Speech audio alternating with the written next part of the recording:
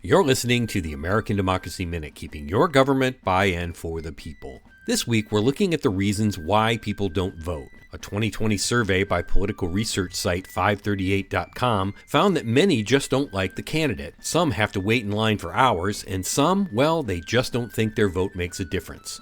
In fact, a perception that voting wouldn't make a difference is one of the biggest reasons that people don't bother to vote. Another survey by NPR, also done in 2020, looked at that in detail. It found that 80% of non-voters thought that traditional parties and politicians didn't care about them, and 66% thought that voting in elections didn't really affect how decisions were made in the country. And 53% of non-voters said it didn't matter who was elected president because nothing would really change for people like them. Both surveys found that the number of non-voters increased as income decreased. NPR found that in household incomes of $50,000 or less, 43% of citizens surveyed were non-voters. 52% of non-voters don't have a high school education. Non-voters are likely to be young and more likely not to be married. Non-voters in both surveys said that they were more likely to vote if Election Day were a national holiday, as proposed in the Freedom to Vote Act and John Lewis Voting Rights Advancement Act.